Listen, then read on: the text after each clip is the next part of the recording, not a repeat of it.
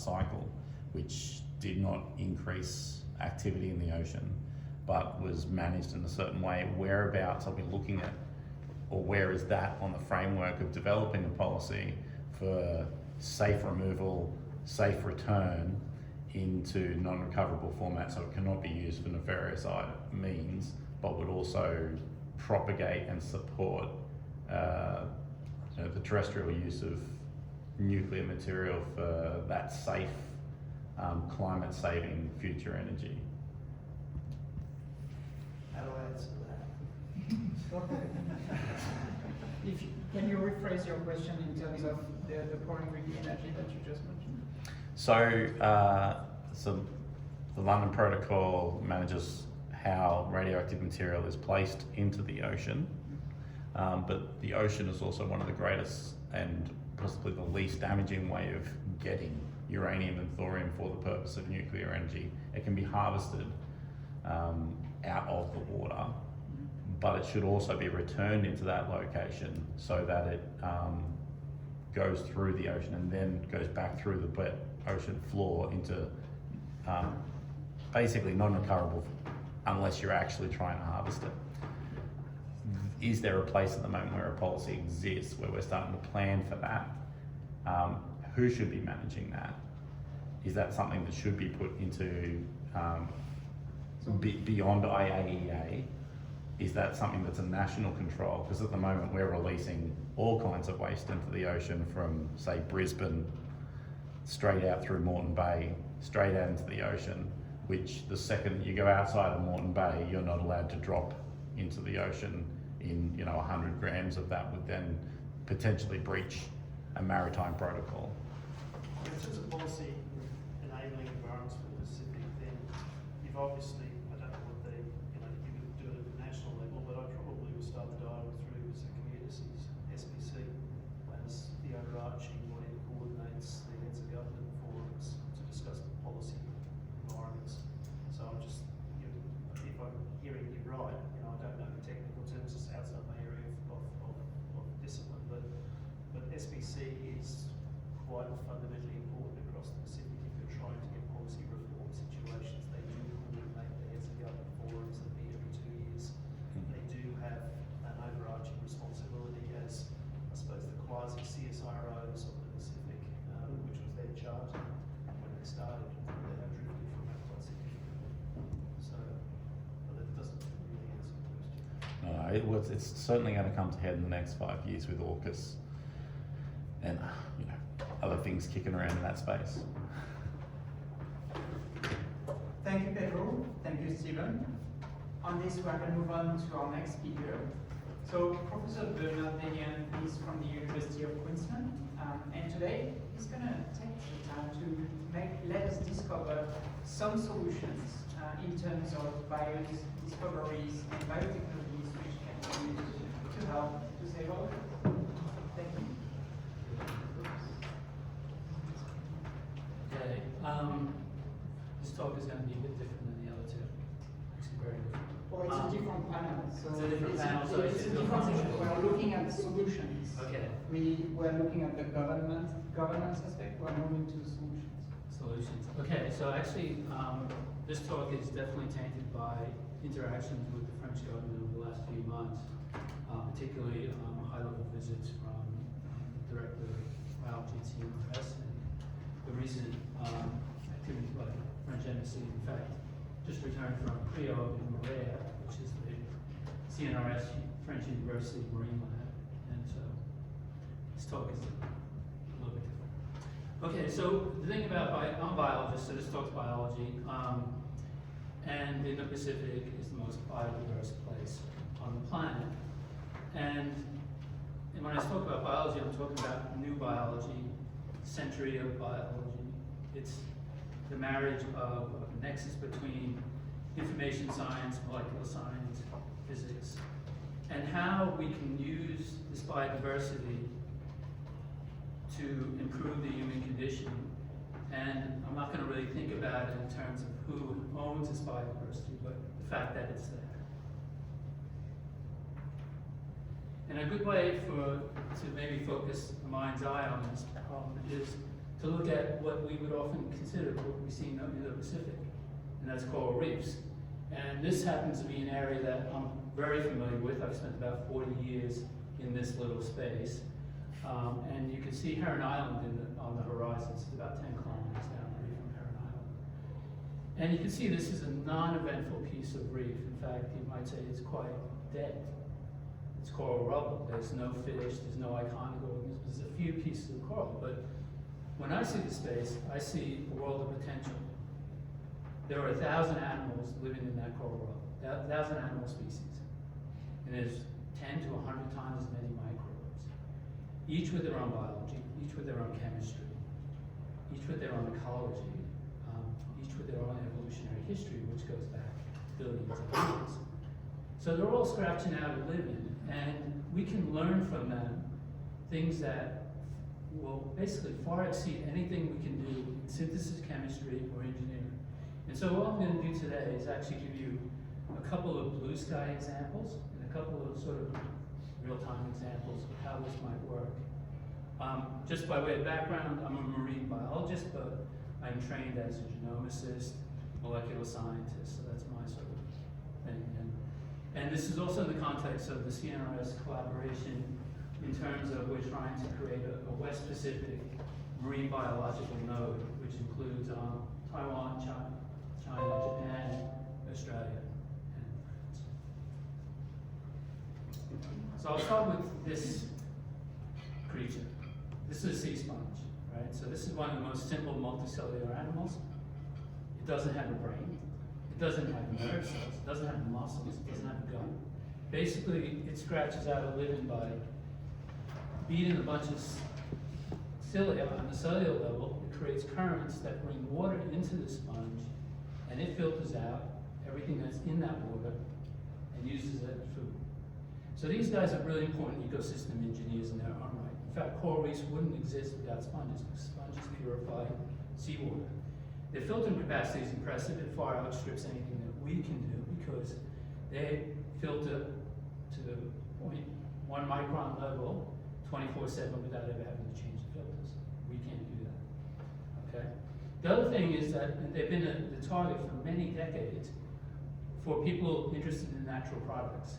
So their chemistry is really interesting. So their chemistry synthesis, again, far exceeds the synthesis labs that we have. And we've harnessed chemicals out of there that have been translated into products that are being used. In fact, the current Cooperative Research Center in Marine Bioproducts, one of the largest that this country has supported, is basically using sponges and commercializing products from that. But that's not what I'm going to talk about today, because I'm talking about the new biology. What I'm interested in is the skeletons of these guys. So their skeletons are made of silica.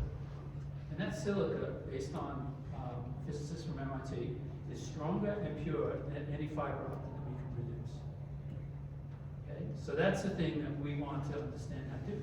The thing is that silica that they produce is at ambient conditions and from seawater. How do we make our silica? We need huge amounts of energy. We produce a whole bunch of toxic chemicals. And so this is the kind of agenda of the new biology. And this is where being the most biodiverse place on the planet comes into its fruition. The other thing, just as a sideline, is that other engineers at MIT have shown that these skeletons, the way they're patterned, they're actually stronger than anything that we can produce. And they're now using that pattern for the next generation of skyscrapers. So I'll give you one of those sort of blue sky example. And this is vanadium. So vanadium has been in the press a lot lately. In fact, these two images are taken from a recent ABC article. Vanadium is a byproduct of coal mining. It's mined on its own.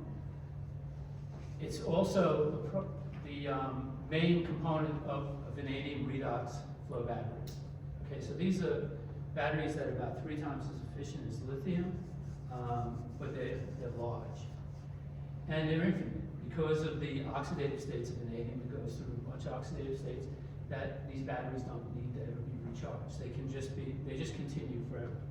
And so these kind of batteries, and this is a large-scale battery that supports 200,000 households in China, are great things to put on islands throughout the South Pacific. In fact, we use on Heron Island.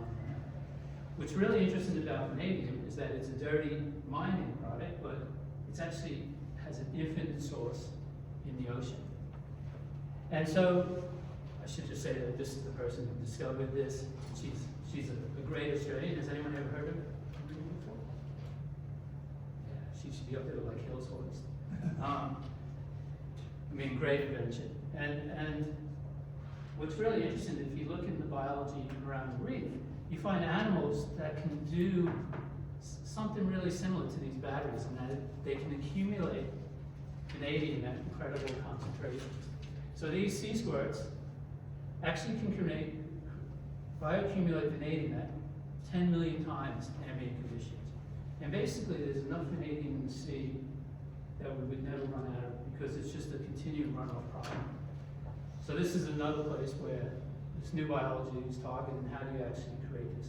And it's actually going one step further, because the Swedish government has already cultivated sea squirts in the fjords in relation to biofuels. And it turns out the sea squirt they're cultivating is genetically manipulable, so now they want to manipulate the genes to increase their vanadium capturing capacity.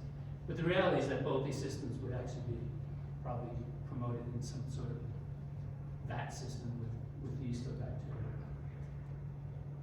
Okay, so now my third idea, this one's a little bit more, actually, it's actually been finished, this project. It's related to, again, another organism that produces great things from seawater, and that's mollusks. And so these fabrications all happen outside the body of a snail, and they're completely strong and they're completely ornate, but they're amazing things to be built from seawater, and they require basically hundreds of proteins. And so we've been teaming up with the Australian pearl industry to take information that we've gleaned about how this occurs and applying it to the production of pearls. And so, just to give you an idea, so basically, I think everyone likes pearls, and probably people have their favorite color, but you know, there are certain features. And the problem with the pearl industry is that they grow two pearls next to each other in the ocean, identical age oysters, et cetera, et cetera. One's worth 5 cents, the other one's worth $5,000, right? So they want to make more $5,000 pearls, or at least have a greater consistency. So we took a sort of new biology genetics approach to that, and this is the outcome from that. Except we actually did it such that each one of these little dots represents a comparison of all the genes expressed to make a pearl in a given oyster, between two oysters. And this experiment, I guess this data set would wrap around the room in the ceilings.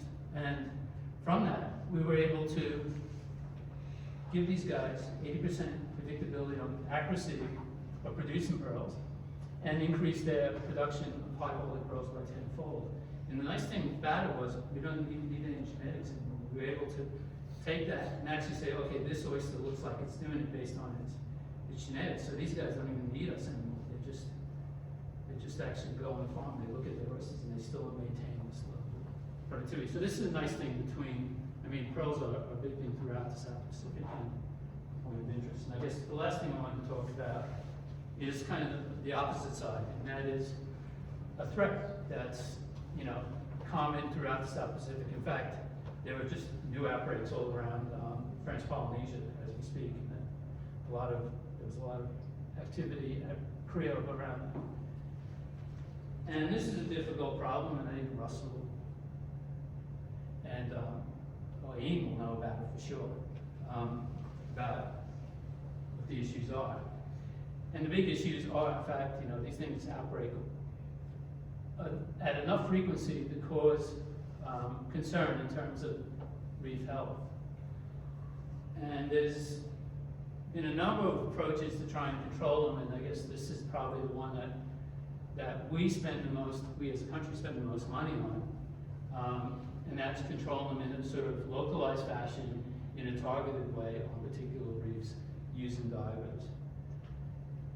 You know, it's a big problem. So, you know, Great Barrier Reef is the size of Italy. Indo-Pacific is just massive. And these guys do crop up pretty much across that distance. And so we're trying to develop technologies, what we call a multi-omic approach to this problem. So we've been able to show that when these guys aggregate, they communicate with each other. They communicate with each other by secreting proteins into the seawater, and they will aggregate when they smell those proteins. And likewise, there are proteins that are released when they're under stress, and that will tell all the other individuals to run away. So we're trying to hijack that system to develop some sort of sustainable methodology to be used probably in concert with what the existing technologies are. And that kind of looks something like this, in the sense that we are being able to use technologies now that we can actually take seawater from these guys in bulk, in a very large and scalable way, purify a fraction from it, concentrate it down, show that it's active, and then relate it to the biology of the animal in terms of males, females, summer, winter, juveniles, larvae, and define a set of attractants that we may be able to scale. And that's kind of where we're at the moment. And there's a huge, anyone in the room will know, there's a huge step between that and actually deployment, but at least we're trying. So I think that's all I wanted to really say. It's just kind of, I told you it's going to be a little bit different presentation. But you know, something to think about. And so I guess next time you see a beautiful reef like that, if you ever do see a beautiful reef like that, Why was that picture taken? I don't know. Yeah, no, it's real. It's from a book I had, and I photographed it. Like somebody took my book, so it's a real photo. But when you see that, you think not only of its conservation, but of its biological potential. Thank you. Thank you very much. Sign up very soon. Okay. We've got Vicky. So Vicky came from the University of Queensland. You're finishing your PhD from college. You finished already. Congratulations. And you're going to postdoc as well very soon. Yes. Yes. In France. in France. Yes, that's right. That's right. Beautiful. And you're going to talk about oceans heat and CO2. So your time to shine. Thank you. Okay. So my talk is quite different as well. Like Bernie, mine is a bit more of a large-scale picture of the overall oceans and how they impact climate. So this is quite a different perspective on oceans from the biological side. So I'm a paleoceanographer, which means I look at oceans of the past, and I specifically use microfossils that we extract from marine sediments to reconstruct the kind of conditions that the oceans may have had in the past.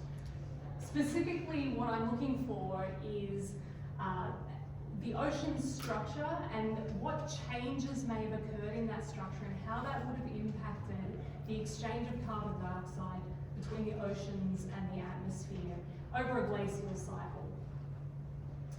Now, just to give you a little bit of context of why this is a really important thing to be looking for, since the beginning of the Industrial Revolution, the oceans have drawn down around 25% of the excess carbon dioxide that we've emitted, and around 90% of the excess heat that those carbon dioxide emissions have caused. And all of that excess heat and CO2, it's drawn down and stored in the subsurface water masses of the ocean. So this is locked off from the atmosphere and stored there for hundreds or thousands of years, depending on where it is. Now the issue is that we don't actually know what the outcomes of these drawdowns are. So we don't know what the threshold is where the ocean's not going to be able to draw down this amount anymore. We don't know what the threshold is where the system itself is going to be irreversibly changed. And when that does happen, we don't know what the climate will look like on the other side of that change. So these are questions that, as paleoceanographers, this is the heart of what we're searching for. Now, we generally will focus on the Southern Ocean, and this is because this is an area where the majority of the carbon dioxide exchange that occurs between the ocean and the atmosphere, it happens in the Southern Ocean. Now, The reason for that is because the Southern Ocean produces the majority of the world's interior oceans. So these water masses that fill the ocean's interior, intermediate waters and bottom waters, they're formed in the Southern Ocean. They're freshly oxygenated. They flow out around the globe. The oxygen gets used and it starts to accumulate carbon dioxide. Then eventually, after it's traversed the whole global oceans, it turns into deep water and comes back to the Southern Ocean, low in oxygen and really, really enriched in carbon dioxide, upwells to the surface and outgasses that excess carbon dioxide it's accumulated. So the Southern Ocean is a really critical place for us to understand what that structure of the ocean is and how quickly the overturning happens. So if the structure changes and the overturning speed changes, that determines whether or not the ocean is going to be a source or a sink of carbon dioxide to the atmosphere.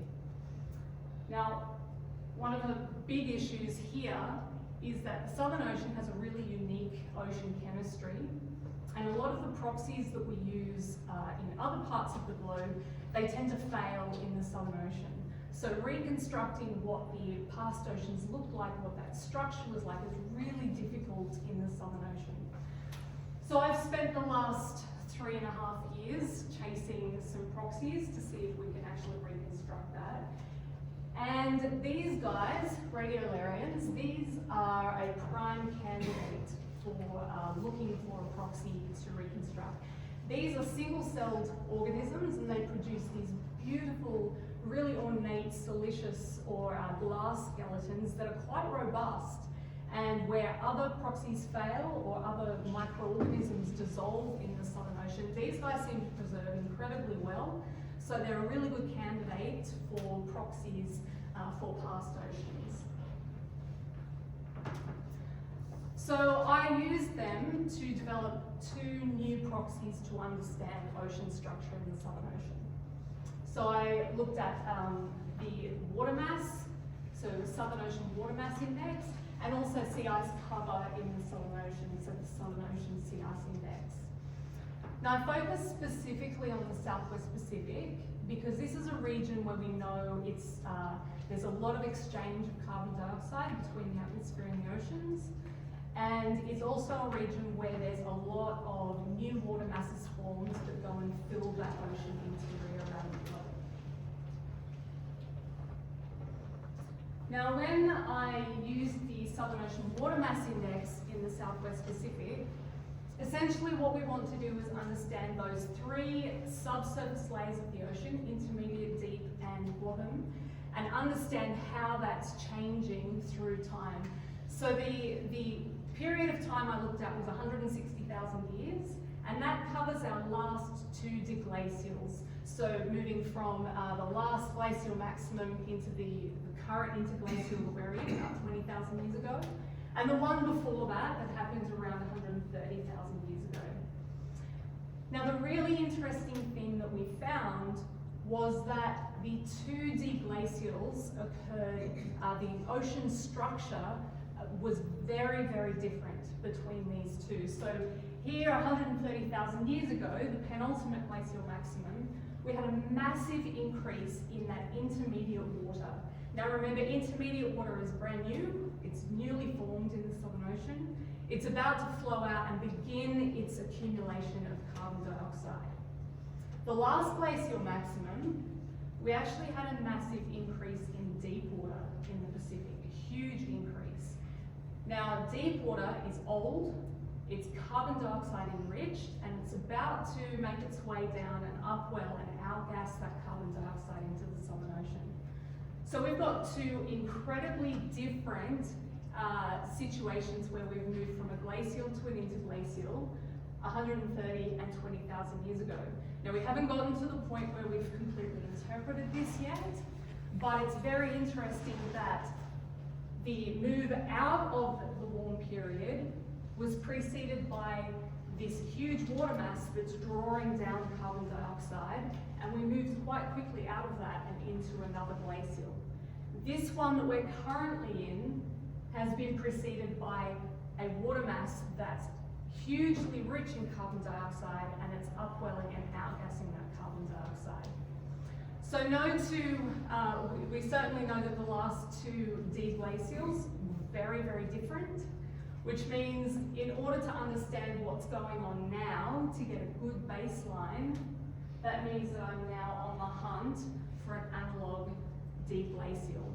So now I need to apply this technique back through time to see if I can find a deglacial that looks similar to what we're currently experiencing, so that we know what happens after this. How does the Earth systems change so that we move from the warm period back into a glacial period? Now the next proxy that I developed was for sea ice. Now sea ice plays a major role in regulating that carbon dioxide exchange between ocean and atmosphere. It produces a water mass, the bottom water mass that was on that diagram. And it also, under certain conditions, can cap the ocean and stop that, the upwelling of deep water and the exchange of carbon dioxide. Now, this is where our winter sea ice margin currently comes to. Now, in terms of the last glacial maximum, this is about where we thought it came to 20,000 years ago. Now, the reason why I say where we thought it came to is because we've got almost no records in the Southern Ocean, because again, our proxies fail in these areas. So it's really difficult to build this kind of reconstruction. But with the sea ice index, this is where we think it actually came to now, which is around about 10 degrees of latitude further north than what we originally thought. And this has massive implications for the idea of that capping of the ocean and not allowing the carbon dioxide to be exchanged back out into the atmosphere. And this may be one of the reasons why we saw a massive increase in that deep water that's holding that carbon dioxide. But potentially during the last glacial maximum, we actually capped the ocean, stopped that outgassing, and that's why we've got this massive increase down in the deep waters. So, moving forward, the major thing with these two proxies is that we haven't actually had a way of understanding how the ocean behaves in terms of the deep ocean and carbon dioxide exchange with the atmosphere. So what these two new tools do is it gives us the opportunity to develop a really good baseline. Instead of guessing what our oceans were doing in the past, we now can build a really good baseline so that we can use that baseline to build our models on. If we don't have a good baseline for modeling, then our models aren't going to be as accurate or as good as we would like them to be. Now, I'm a member of Seaside, which is a working group that looks at past sea ice, and we are part of the PAGES, the Past Global Climate Group. That's an organisation of hundreds of scientists from around the globe that look at past climate, and we report through to the IPCC with our findings. So this kind of tool is precisely what we need to build better models so that we can give the right kind of information that we need through to the IPCC so that they can actually develop better policy moving into the future. Okay, that's it. Thank you.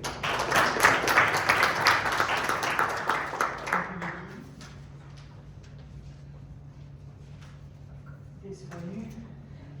Thank you, and we come to the panel very soon. We've got two more speakers. Robert. So Dr. Robert, you're working with the CSRO, and today you're going to talk about anchor damage on coral reef and how we can preserve our reefs. Thanks very much. Thanks, Vic. Thanks to all the great talks so far. So I'm a coral biologist and coral reef modeler, and I'm currently working on aspects of coral dispersal and coral reef connectivity. activity that are related to reef restoration at CSIRO. Today, though, I'm presenting on some earlier work that I actually did at the University of Queensland. And this work is also related to restoration, but it's more related to a particular threat that's gone somewhat under the radar, so to speak, when we're looking at the threats that face coral reefs and also other reef ecosystems today. And also it's potentially a tricky threat to mitigate for a number of reasons. So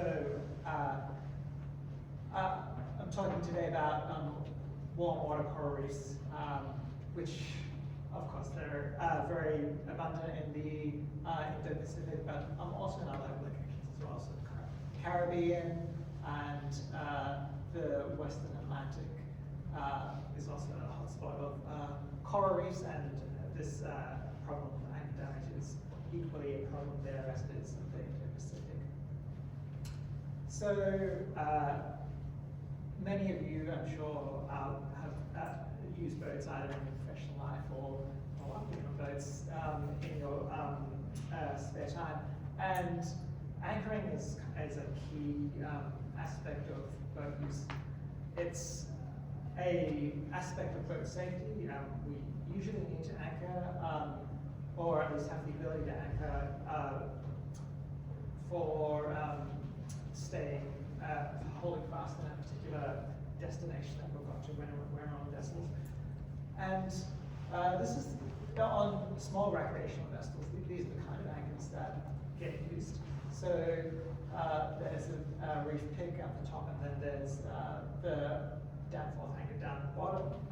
Both these are relatively small, but still pretty heavy and do cause a bit of damage to reefs. But also their chains. An anchor, the actual way it works physically is that there's a chain that brings the rope that leads to the vessel down, so that the rope pulls at a very slight angle on the anchor, and that helps to pull the anchor into the sediment. So there's a chain on every anchor, and when the boat moves, the chain moves with it. So the anchor themselves, but equally the chain, cause sources of damage to reefs. When we're going to larger vessels, such as yachts or larger super type vessels, we're getting into even larger anchors and chains. And then when we get to the really big boats, the cruise ships, I haven't put up any images here of commercial vessels, but they also can cause anchor damage. But then we're getting into massive, effectively huge pieces of anchor and chain that can clear hundreds of square meters of reef sediment. So I'll touch on some more of the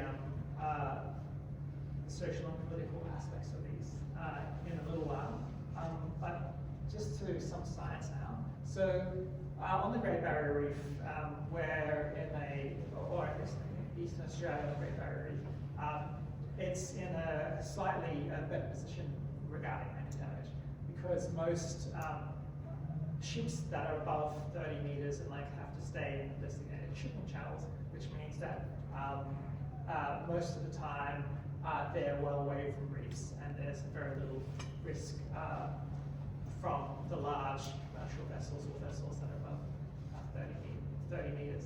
So on the reef, the real risks from the Great Barrier Reef, that is, the real risks from anchor damage are from vessels that are below 30 meters, so small recreational vessels, and so the larger yachts, but not really big super yachts. But so there's a risk here, not so much of one-time huge anchoring events that damage a lot of area at once, which does happen in other areas, of the world, such as the Caribbean, where cruise ships have been allowed to anchor on reefs. That doesn't happen here. So the real risk on Great Barrier Reef is from chronic anchoring effects. So it also means that we really need to understand what level of anchoring actually leads to damage on reefs. So what I did with some colleagues over the past 3 years was to do some ecological modeling. We used a model that's called ReefMod, which is it's called an individual-based model, and it models every reef of these several thousand reefs of the Great Barrier Reef, and it models individual coral colonies at that very fine scale to simulate a population, but it allows different ecological aspects of the reef to be brought into line. And what we did with that model was we ran it over the past 2 decades for the Great Barrier Reef and simulated different levels of anchor damage. And there are 2 parts to this modeling. So the first part was we looked at 4 different levels of coral cover. So that's we looked at reefs, model reefs that had very high, moderate, and low level of coral cover. And on each of those reefs, we then simulated 5 levels of anchoring, which go from no anchoring right up to 25 anchor drops a day per hectare, which is a very high level of anchoring. And what this exercise was basically doing was just to try and find the level of anchoring that's sustainable, that doesn't cause coral loss over the long term on these different levels of coral cover. And just to sum this result up, we found that at about 3.1,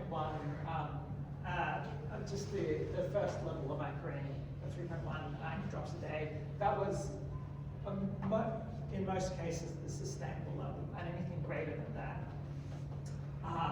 caused decline in coral cover over the long term on most reefs. So the second part of this model, we then went to a real case on the reef, which was the Whitsundays reef, which I had a map of a bit earlier.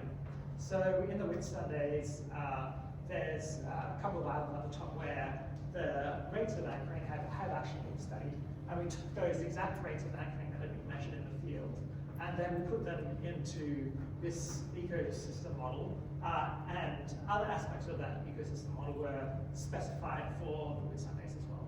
So we were actually modeling anchoring that, as well as we could, that was happening in the Whitsundays. And we ran these models forward. We put into the model predicted climate change for the coming century. And the third part is we then ran the model again, taking out all the anchoring. So we had a business as usual model where anchoring was occurring for the next 6 decades, and then alleviated model where we removed the threat of anchoring as a threat from the Whitsundays area. And what we found generally was, even though the results through time are quite variable, but in general, alleviating just a small amount of anchoring that was occurring in these locations, in the Whitsundays, did have an appreciable increase in coral cover. So these figures are a bit noisy because there's also an underlying effect of climate change, which is causing huge losses of corals from bleaching over time. But even on top of that, there's in some cases up to a 10% increase in coral cover when you remove anchoring from those locations in the Whitsundays. And so most reefs on the Great Barrier Reef are 20 to 30% coral cover, so an increase of 10% is quite a large increase. So that's the science part of the talk. So just to touch on some of the more social points. Anchoring, as I mentioned, is quite a tricky topic because boat use is an essential activity in marine areas for economic purposes, for social purposes, and so anchoring comes along with boat use in most cases.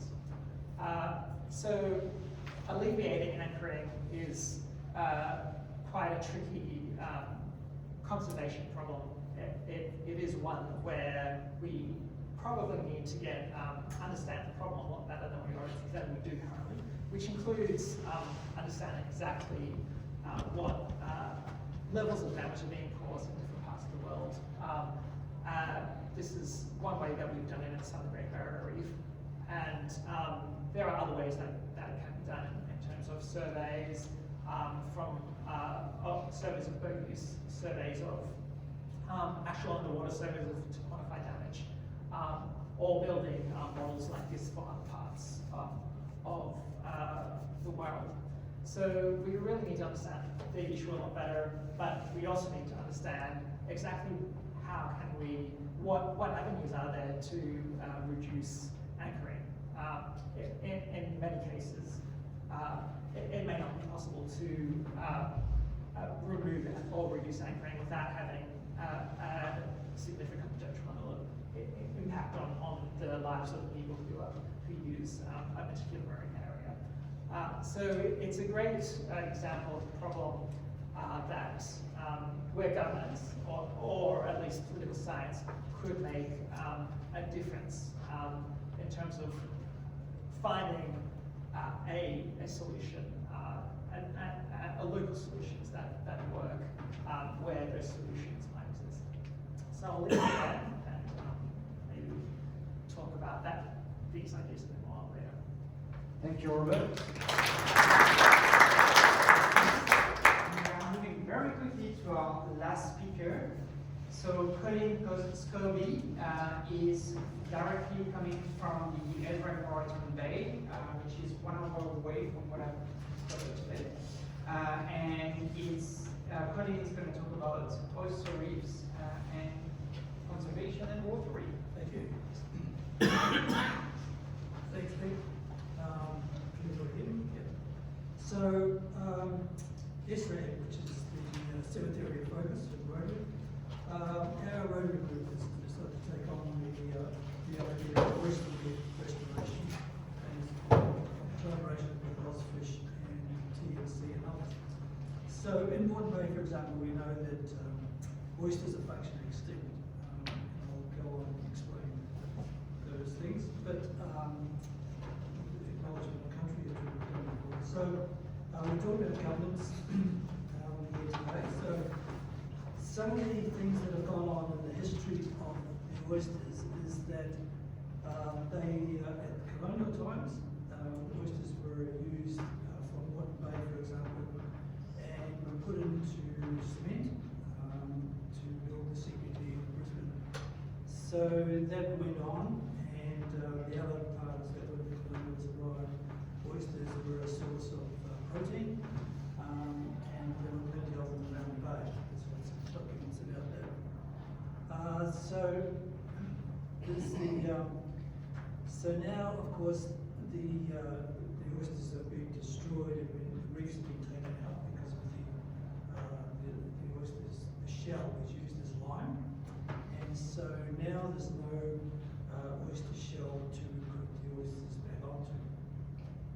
So currently, with land clearing and so forth, the mangroves are being stripped out as well, and now there's lots of volumes of mud and everything that are coming down the upper catchments, and that's making the sediment that's on the shell, that's making it even harder for the oysters to recruit onto oyster shells.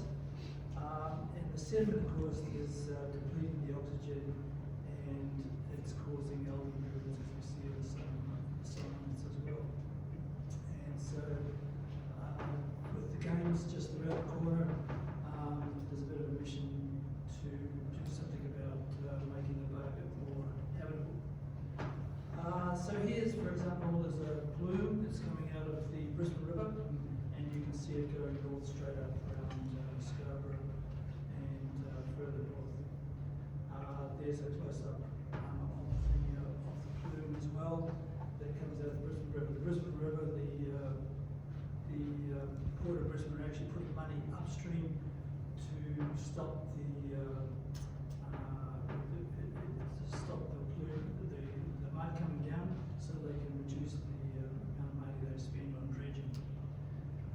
So the other one, of course, is that the sewage treatment plants, and this is just the Unity water treatment plants, for example, and there's 17 of them around the Moreton Bay area, Moreton Bay Council area. 3 of them discharge into the ocean, 5 discharge into wetlands and groundwater, and then 14 of them discharge into the freshwater streams.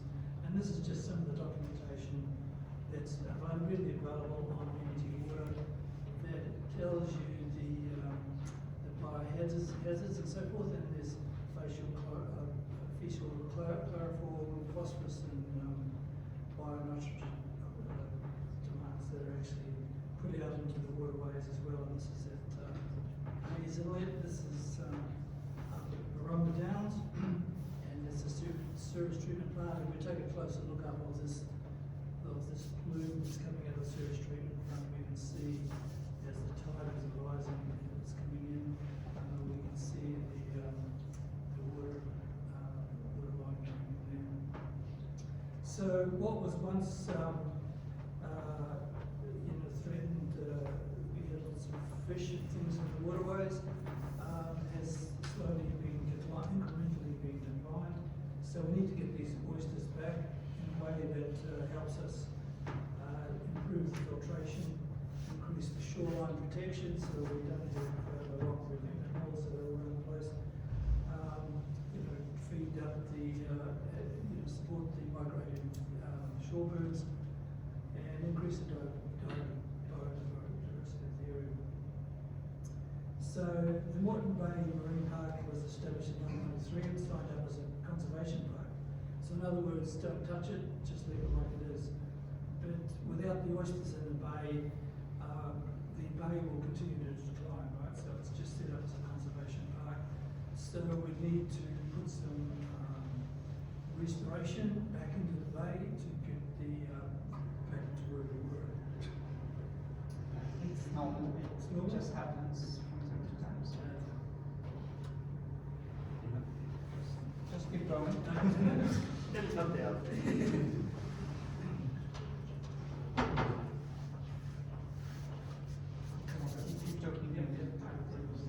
So how do we move forward from here, right? So this is where we get into the governance. And good governance means that we can perhaps put something in place to get some restoration. So there's several things we need to do. Is to change, get some sort of legislation in place, create some cultural collaboration, skill-based diversity on how to get this sort of thing happening. Then put some policy development in place, some public awareness and education, some funding resources, and then of course we need to look at new science that comes out that may well change the governance and how we move forward. Right? So I'm just going to take each of those item by item. So the legislation. So we need to look at the legislation and change the legislation from a conservation perspective into a restoration perspective, right? And there's lots of players in this place. There's the Nature Conservatory, there's Ozfish, the Science Department of Education, Department of Environment and Science, the Agriculture and Fisheries Department. There's also Health and Land and Waters that are involved in the process. So we don't want unintended consequences like we did with the cane toad, so we've got to make sure that the legislation makes sure that we've got sterile shell going into the bay, and that's what we're doing with Ozfish, for example. We actually sterilise the shell for 12 months before we put it into the bay. subtitle part of it, which is outside the marine park legislation. It's in the Port of Brisbane and it's subtitled, which is not ideal for the oysters to grow. So we need to look at strategic locations as to where to get some intertidal research going, because that's where the oysters prefer the intertidal research. Then of course we need to get the collaboration going with the sea rangers, the First Nations people, so as to make it sustainable, the number of human resources to do it as well, and engage with the Department of Agriculture and Fisheries, Environment and Science, Ozfish, TNC, Healthy Land and Water of course, and make some sort of, get this collaboration going, and perhaps, I'm coming from a Rotary perspective, so, we can help out with the education and perhaps a bit of information as it is. We already collect oyster shells from the peninsula, for example, and we feed them into the Ozfish sterile plant down at Port of Brisbane. And then of course we've got to get some sort of policy development that'll come out of that, which maybe some incentivising structure. I know in some places in the world where they actually will pay people $250 if you put a oyster basket in your pontoon, for example, right?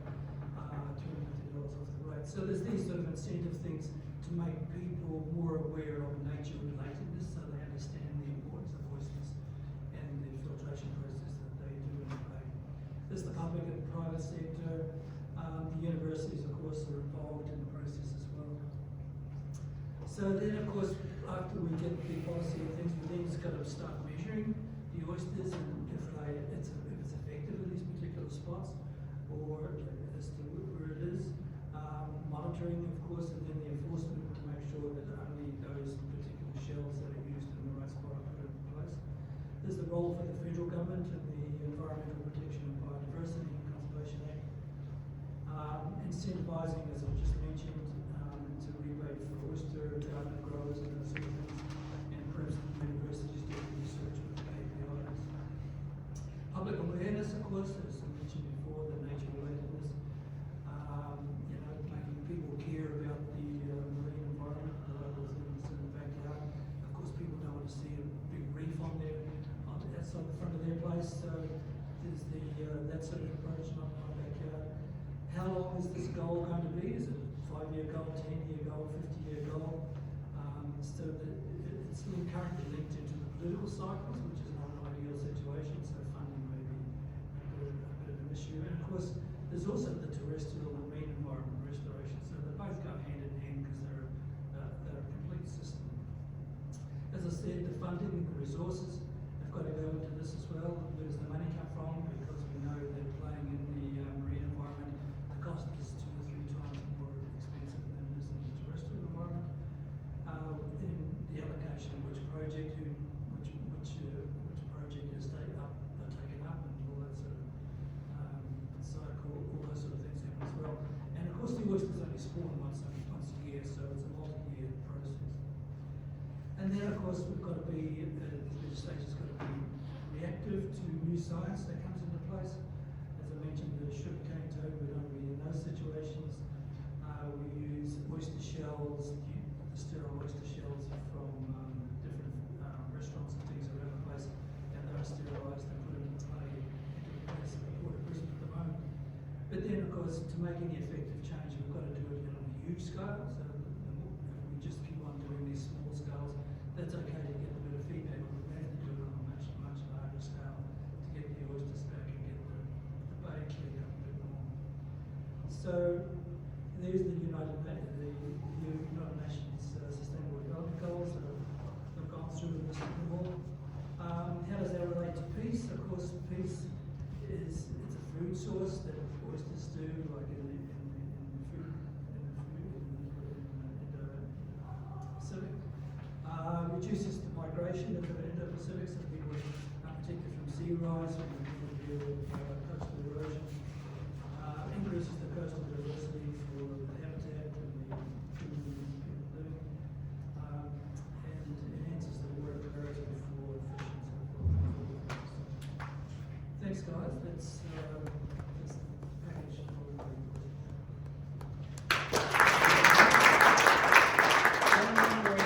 About panel, which is 20 minutes, and then we move to part 3. Thank you. Thank you. So for the panel, if I can get the last 4 speakers to come up here. Thank you.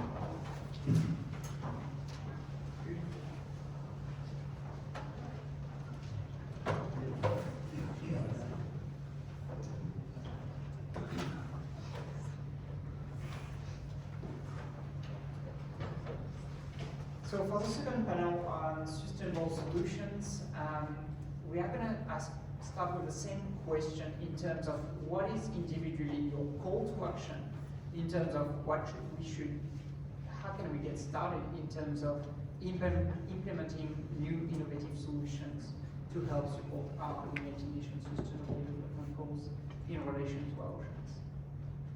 If you want to get started. Okay. Yeah, I think in the context of today's discussions, collaboration is everything. That's where it begins, and I guess the question is, where does leadership begin in this space? And I guess I assume that Australia and France would like to take leadership in this, but I think it's very important that there's recognition and sensitivities around the Indo-Pacific about Western countries taking the lead in everything. I think it's very clear places like Indonesia and how protected they are of their biodiversity because they have been burned for many years in terms of bioprospectors coming in and taking their diversity. So I mean there are international laws around this, or laws is probably too strong, international agreements. And I mean I guess that's where I would see it going. It's, at this point, there are applied projects, and then there are strategic projects, and there are basic projects. And I guess the applied ones will tend to be the ones that get the most political attention initially, and that's probably, if we want to set up collaborations that go across the Indo-Pacific, I think those are things that would be where we look first. Obviously, anything related to climate change and is recognized. Stresses such as climate and starfish would be places where maybe discussions could open. I guess for me, there's probably two things. The first one would be collaboration, but in terms of data sharing, there's quite a few sciences where data sharing is quite difficult between countries, different regions, and that would be something that would certainly accelerate some of the science if we had that opportunity. The second would be education in terms of encouraging people to actually move into paleo studies. It's something, unfortunately, it's a field that's been dying a little bit over the last decade, and it's something that we need to push really hard because if we don't have an understanding of the past, then we don't have a good base for our models for the outcomes that we're looking at for current climate change. And without those people studying it, without those people developing that knowledge, it's really difficult to move forward. So collaboration and education would be the two I focus on. And it's a circular economy, so if we do circular economy in general, why don't we do it for the data and circulate the data around so we can go back? Exactly, yeah. Colin.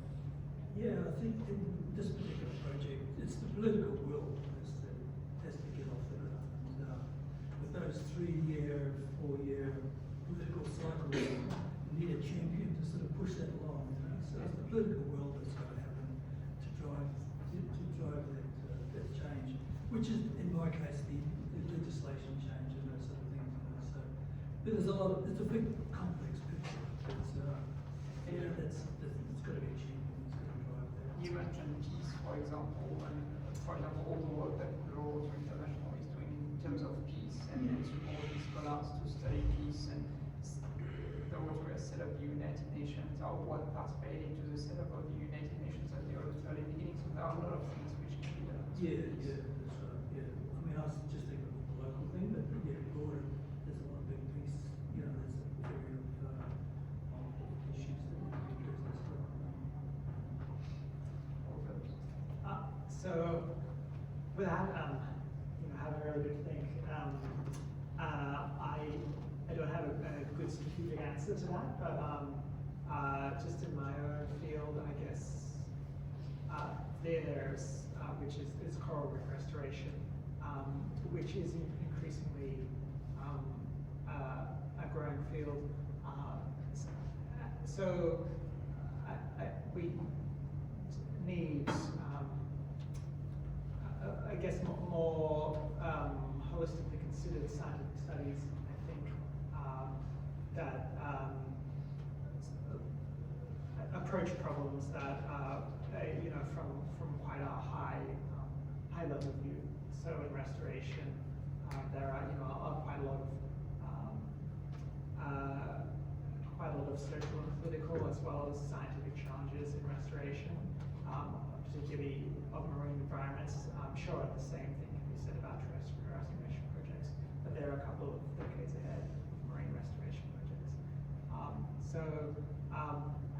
Fortunately in Australia, in the Great Barrier Reef, there's the Reef Restoration and Adaptation Program that is taking a very holistic view of look at restoration and looking at all aspects of it. But I think for other environmental issues, like that's an approach that needs to be taken as well. Questions? Can I just add to Vicky's comment about education? I think that's really probably the easiest way to go forward, even though we've heard that there are many difficulties associated with that. But if we could actually lead in that front and create nodes where different levels of education can go, people can go back and not promote a brain drain from the area, then I think that's a good step forward. And that's a clear way in which Australia and France can interact to develop such a program. When you mentioned education, do you mention education at universities or education online? No, because I'm thinking actually in situ. So I mean, we augment it obviously with online materials as any online education program does. But nodes throughout the South Pacific that actually become training centers, and I'm not restricted to any particular group of individuals, but just as locations to support the education. So you bring the teachers in, you bring the students in, and whether it's at a high level PhD student level or very boutique sort of program. So following on from that, what are as Colin with ESRAG and Ozfish, the benefits of citizen scientists within sustainable solutions? Are they a part of the education process of people actually being hand-on, doing that work and then educating their, in the Pacific, their own villages and own communities? Well, I mean, to answer, yes, I think, in the most Catholic sense of education, in the sense that, if there's a group of people that want to learn something, then let's get them together in the situation. But you have to have the structure in place to let such things happen. And these are the kind of discussions that we've had for years at the University of Queensland, in turning our research stations into more than just specialist education centers for the university sector, but for lifelong learning, for specialist citizen science, and these things already happen. They definitely already happen. I think there's a lot that we learned through COVID about education. We had teaching at University of Queensland. We had students from all over the world attending University of Queensland from their own countries, and we successfully delivered those courses. I think there's a lot that we can learn from the type of education we had to deliver during COVID and how we could do that for places like the Pacific, for more citizen science style education. There's a lot we can take from that and start to implement so that we're reaching the broader community, not just those who can physically come and attend our universities. Yeah, there's a big pool of people we need to educate, isn't it? Not just the universities, but the mass of people about the environment and all sorts of things. Thanks everyone, really interesting talks, but I sort of kind of think particularly think about Vicky's talk, which I assume those red dots were IODP core sites. No, they weren't IODP actually. So I mean, I think for those who know, IODP is probably the longest global collaboration of science collaboration. It's a geological, the geophysicist, which and been very successful.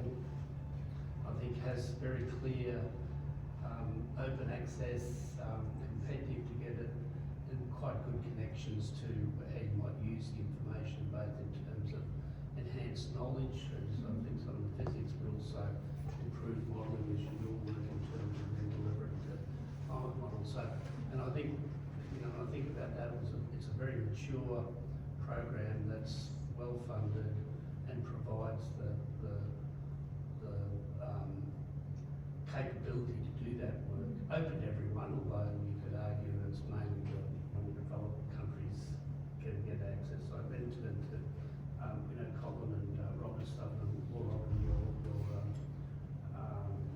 RAP work, you know, restoration work in the PhD there, it reflects a shift in, you know, a shift in our approach. In that, you know, a decade or so ago, I think when you thought about managing and conserving marine systems, the view was to dampen down the threats or remove them, and then the system could respond. I think with climate and a whole lot of other things change, we've learned that it's a much more dynamic system, so we've moved to it's both addressing the threats but also thinking about the interventions, and that raises all sorts of interesting concepts around unintended consequences, or, you know, if you look at the climate space, some of the interventions to decarbonise having a significant impact on loss of biodiversity, more on the terrestrial than the ocean. But I mean, there's some complexities there. But I guess, you know, it warranted.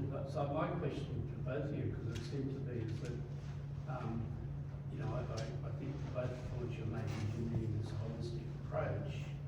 But I also think that we, as the science side, we're lacking in bringing communities along. So I think you're, you know, if you look at the oyster reef issue, you know, you say you suddenly got a issue at a marine park that was set up under one sort of philosophy, and then, oh Christ, you can't do anything here. Yeah. You've got transporters saying, geez, what do you want to create all these things so boats going to run into them? Yeah. You've got people that don't like them out front. And it starts about a community, and I also think in the AFRAN program, I think going to track, if and when we have interventions at scale, which I think in the reef, the only ones that goes back to Bernie's talk, is we're the only one that we've got at scale that works at Crown Falls. So I think we really are running a high risk that we're not bringing communities along, because you can imagine, you know, for particularly the molecular end of the spectrum, one intervention at scale with one headline with Cory Mail, you could be dead overnight from a political perspective. You know, so I think it's, you know, I guess my question then back is to, how do you think we should, you know, be both thinking about a holistic approach and agree that, so how do we bring communities along? Because this also relates to the earlier discussions around Pacific. It's about how do you get impact down at the community level. So interested in your perspectives on how to do it. Yeah, I mean, I had a shop in Redcliffe, and so it was an oyster reef restoration, so people would come in and learn about it. I had a comments book on the counter, and people were fascinated by it, you know, it was great. But that's just Redcliffe, you know, and then you put it in the newspaper, you know, you put something in the newspaper about, oh, well, let's get some more community people involved in picking up oyster shells. Well, there was zilch support, and no one responded to it at all. So to try and grab, you know, get that momentum going, it's tricky. But I don't think that we should stop just because of that. I think we've got to keep the pedal, you know, the foot to the pedal, and try and, you know, gather that community. So my point, we've got to invest a hell of a lot more. Yeah, that's right. Don't get too distracted by some of the and that's where the money comes in. Resources to fund it is going to be huge, and that's a limitation in itself. When you go to the politicians, they've got on, you know, huge budget, you know, and on these 3-year cycles, it's a bit tricky. You know? Yeah, I guess one interesting fact I heard, I guess, from a social science perspective is that you know, once a new idea, let's say, maybe coming up on using molecular methods in reef restoration. So yeah, I completely understand that there will be community backlash against that, and you know, I'm a member of the community myself, so looking at that, that issue I can understand that could be a very difficult one to develop public support for, and it does. My understanding of the way that change happens is that, you know, it can take quite a long time, and this is the figure I have, was 13 years from when an idea is first generated and popularized to when there's you know, general acceptance for that idea. So bringing the community along, it means that as scientific organizations, or as non-governmental organizations, or as funders for this kind of research, we have to start and keep going for over a decade at bringing the community along. I guess outreach, other forms of scientific output and journalism and so forth. I think it requires a sustained effort over a long period of time of those kinds of outreach to help bring people along for, I guess, the changes or the new environmental interventions that are going to be required over the coming decades. We've got time for one last question. Oh, That's okay, I can speak later, that's fine. I just wanted to expand on that Heron Island concept in the sense that you've got this asset, I suppose, that is long-term and long-term research trials and multi-university and multi-agency participation in those sites. And from the agricultural sector and in the Pacific, there's a trend to try and take that model and start to build these longer-term research trials, particularly driven by the soils, but all the various aspects that come with that. And I suppose, turning that question around, is that sort of being explored in the marine space in the Indo-Pacific area in terms of the in-country concentration locations that bring in all the different agencies and universities where there is that deep dive in a concerted location? Or is it research being done here type process? So I'm just, I suppose, interested in whether the Queensland model, I mean, we're also involved in the Galapagos Islands. You've got these research intensity hubs around the place. But I don't know if there's one in the Pacific. There's nothing specifically that everyone gravitates to, and I think that the reality is that a lot of these are really expensive to run, and they come at a cost to the universities that run them. So there isn't a marine lab in the world, for instance, that makes a profit. No. And there's, I guess, the way that people solve this is by creating consortia that all feed into these networks or individual nodes. And I think the network model is the one that, like, at the moment, CNRS is pushing to create this sort of West Pacific marine network through all these countries, and where there would be multiple nodes. And at the moment, it's all focused around this kind of new biology, but there's no reason why it shouldn't expand out, be much more multifunctional. Yeah, so there isn't anything. I mean, it's very interesting. So prior to this current government, the Morrison government was having a big push to create something on Christmas Island. And so I was on the ministerial committee for a couple of years trying to figure out, can we pull this off? And at the end of the day, it was just too remote. You know, it was just too remote. It was never going to be sustainable. Politically, it might have still happened. I mean, it would be like an investment into Antarctic research. You know, that comes at a massive cost. And you do it because it's politically the right thing to do. So I guess that's probably the answer. If it's political, if the politics say you don't. Thank you very much. you can still ask questions after the whole event. But before we conclude, there is one more session to go through. So thank you very much. Please.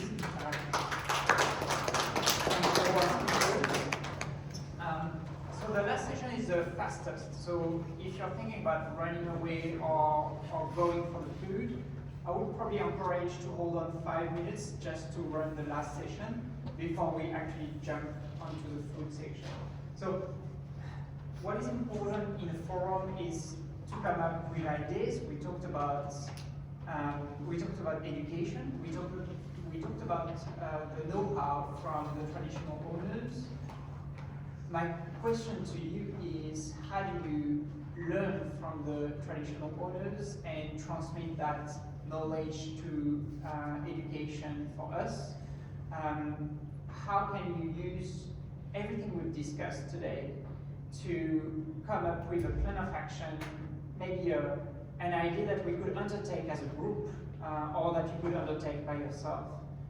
We talked about citizen science and the way we could collect data, possibly on the entire grid of the Indo-Pacific by having collaboration with small groups, small Rotary club maybe, small citizens who can capture data for us in areas where it's just too expensive to run an entire program. Or we talked about those small innovative ideas we can undertake to improve the health of our ocean. So my question to you right now is, if I give you 5 minutes and divide the room into two, so probably if we cut halfway through, you're in the middle, but you can divide yourself somewhere. And half of the people can sit on those chairs and the other half here. And I give you 5 minutes to think about something you could achieve based on what you've learned today, if you were to take one call to action as a group or as an individual. So come up with one idea per group of something you could do to achieve and help our sustainable development goals with our oceans. And then we'll come back with each idea very quickly, and then we can go forward. Meeting at 4. This is a part where you have to do the work. So, the left part can go on this one, the right part on the table, and bring motion.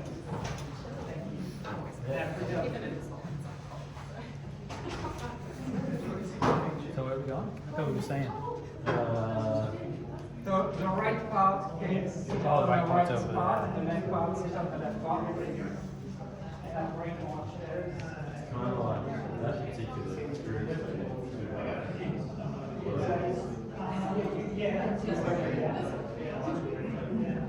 But yeah, the right it's okay. It's just things a little even. So if you find a chair, take a chair. Maybe you can sit there and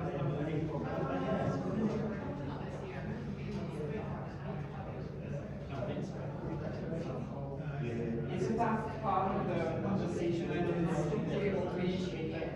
Find one idea, I'm sure there's something we can bring together all of this into something we can achieve. So you can use a whiteboard. You can use a whiteboard if you have one person who wants to drive this.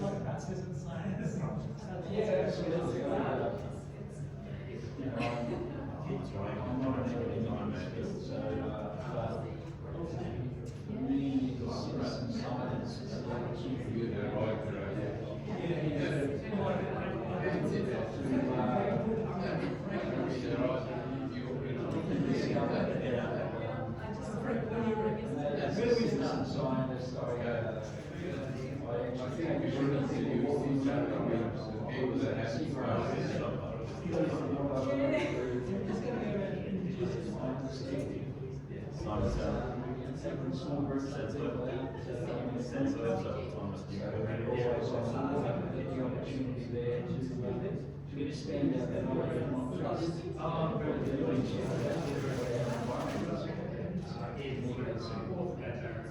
where I come from also is down the river, so it's with people, their story, and their engagement with the environment as well as the